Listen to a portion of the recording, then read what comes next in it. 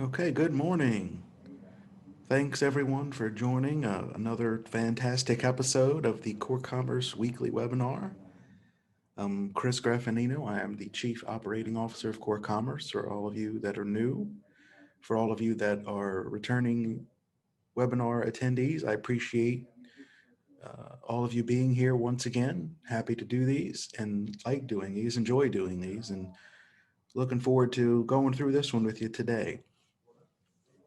I'm going to get started here. Today's topic is using multiple currencies, which is a built-in feature of the CoreCommerce platform. And we're going to go ahead and get started with that now. And if anyone has any issues hearing or viewing anything, please pull up your chat and just let me know, and I'm happy to work with you on that. But I think we should be all good. So I'm going to go ahead and get started. So what does multiple currencies mean? What are we talking about when we say that? And the phrase multiple currencies in core commerce essentially just is a way to allow your customers to do real-time currency conversion. That's what we refer to it as. Creating different currencies in your store and then giving the customer the ability to see the prices of your items in those different currencies. This feature can go hand in hand a lot with the multiple languages feature that I did in last week's webinar. But you don't need to do quite as much work for the multiple currencies feature to function correctly. It's pretty automated once you've just told it which currencies you want to use. And we'll get into that, of course, as we go. So a good example of how you would use this is, you have a customer that may come to your site, they see a product in USD, and then they can flip a switch and all of a sudden now they see that product in British pounds, for example. So again, similar to multiple languages, if you have international customers, if you have customers in different countries and you believe them seeing the price of your product in their currency helps them make a buying decision, this feature comes in very handy for that type of stuff. Now, why would you use it? You know, we just kind of talked about it. The basic premise is allow your customers to easily see products in different currencies. It may make it easier for them to make a buying decision or to know if they can afford your product, knowing, what it costs in euro versus what it costs in US dollars. If you're not privy to just looking at what it is in USD and getting a good reference of what it is in euros, seeing the conversion happen for you in real time, is definitely something that can help somebody make that buying decision, right? So it probably comes in handy with some of the more obscure currencies. When I say obscure, I mean obscure to you and me. So if you have customers in India, if you have customers in Japan or Asia, and you're comparing yen, for example, in Japan to the US dollar, those two numbers are going to be very different, right? It may not be as big a deal converting from USD to Canadian dollars or USD to British pounds, because that conversion rate may only be like 1.6 or 1.7, and we'll see what it actually is here in a few minutes.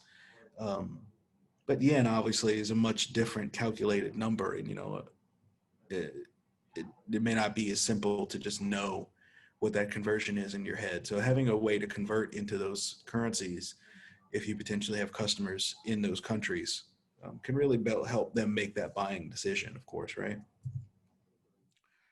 And now that we know kind of why we want to do this, let's talk about how to set it up. And the first thing you would do is to go turn it on. To turn it on, you would go to your settings at the top right, you hit your gear, and then click store settings. And then on that screen, you would open up the localization section, and you'll see this button there for configure currencies. You'll also want to flip on that little switch that you see there that says multiple currencies. Make sure that is green or enabled. And then when you click on that button for configure currencies, you'll then come to a screen where you can see all the currencies that are currently enabled in your store. By default, it's going to be set to, well, 99% of customers are going to see it set to USD. In some cases, if you're signing up and your store is originated out of a different country, it can pick a different currency for you. But in this case, USD is most likely what you're going to see as the one currency that's in there. So then you can add another currency. And when you do that, you'll see this drop down here that has all these currencies pre-populated in it. So the really cool thing about this feature is you don't have to know what the exchange rates are. You don't have to worry about what it is today, what it's going to be tomorrow, what it's going to be a week or a month from now. The system grabs that data on its own. So when I selected GBP here in this screenshot, it automatically populated the currency name field for me, and it automatically connected to an outside API and grabbed the current exchange rate from this morning, or within the last hour. I can't remember if they update daily or hourly. I forget exactly how often that happens, but we'll go connect to this real-time database that's outside of the CoreCommerce ecosystem and say, what's the exchange rate between the US dollar and the British pound sterling? Boom, and it responds back with 0.7726, as you can see in that dropdown. So I actually did that this morning. I wanted my screenshot to be from today, so that was the exchange rate as of, I don't know, an hour and a half ago maybe. And so it populates that for you, and then in the other field, the currency symbol prefix, you can put whatever you want, whether you just wanted to say GBP or whether you want to go paste in the little British pound sterling character. You can do that. And in this example, I don't have anything in there, but I did use the actual symbol for British pound sterling, and you'll see that here in a minute. Once you have added all the currencies that you'd like to offer on your site, the one benefit of this, or the step that you can skip with multiple currencies versus multiple languages, is with multiple languages, you had to go into all the products and the categories and the content pages and define what the product names were going to be in the different languages, for example, right? Well, with currencies, you don't have to do that whole step, since it dynamically went and grabbed the conversion rate for you. It's just going to do all the work for you in this case. So we can skip all the way to the step where we just need to enable the widget on the design of your store. And so to do that, very similar to multiple languages, and I see I have a misspelled word there, no worries. You would just go to Site Content, Sidebar Widgets. And when you do that, it's very similar to multiple languages. You'll go into the drop-down widgets section, and you'll see a widget for currencies. And then you'll grab that widget and drag it into your left or right side like you want based on what theme you have, and save. And when you do that, and one note, yeah, because I noticed a few different customers that ended up having this problem. There is some features in the CoreCommerce platform where you can tell it to hide widgets on certain screens, like the home page, for example. So you want to make sure that to test this, you're looking at a page that is currently allowed to see widgets. And then we might do another whole webinar about widgets themselves and what they all are. But just a side note there that I noticed. And now that the widget exists, when you go to the front end of your store, you'll notice a widget very similar to the languages, and it'll say view currency. And when you open that drop down, you'll see USD, you'll see GBP, and I think I also added euros in here. We may not see that in these screenshots, but all you have to do is flip the switch. So for example, I'm viewing this product in USD, and then if I go back here and I flip the switch to British pound sterling, all of a sudden this product, instead of USD, becomes British pound sterling. And it did the math for you, changed everything. It affects the regular price, it affects the sale price. Any price that it's going to display related to that product is now going to show in the British pound sterling amount.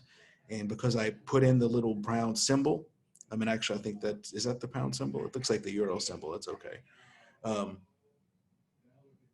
But you see where it's going with that. So it's going to plug in the right symbol, the right amount, do the conversion for you on the fly, and you're good to go.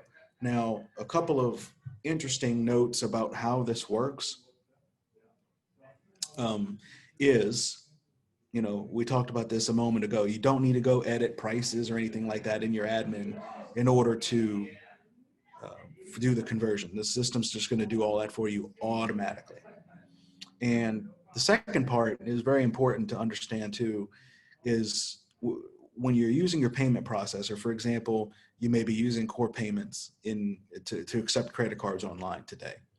And by doing that, if your default currency is USD, which if you're using core payments, most likely it is, and you have this feature enabled and you're showing the prices in British pounds, or you're showing the prices in euros, for example, then it's still going to pass the USD order total amount to your processor. So for example, if your order total is $10 USD and we're showing it as $12 British pounds sterling, when the customer submits their order, they're seeing the number 12 on their screen in British pounds sterling, but the CoreCommerce is still going to send 10 to your processor because your processor needs to process that payment in USD, right? So the purpose of this feature is not to change what is sent to your payment processor for what you're charging. It's just meant to show the customer on the screen what that price translates to in their currency to make the add to cart buying decision easier for that customer, right? So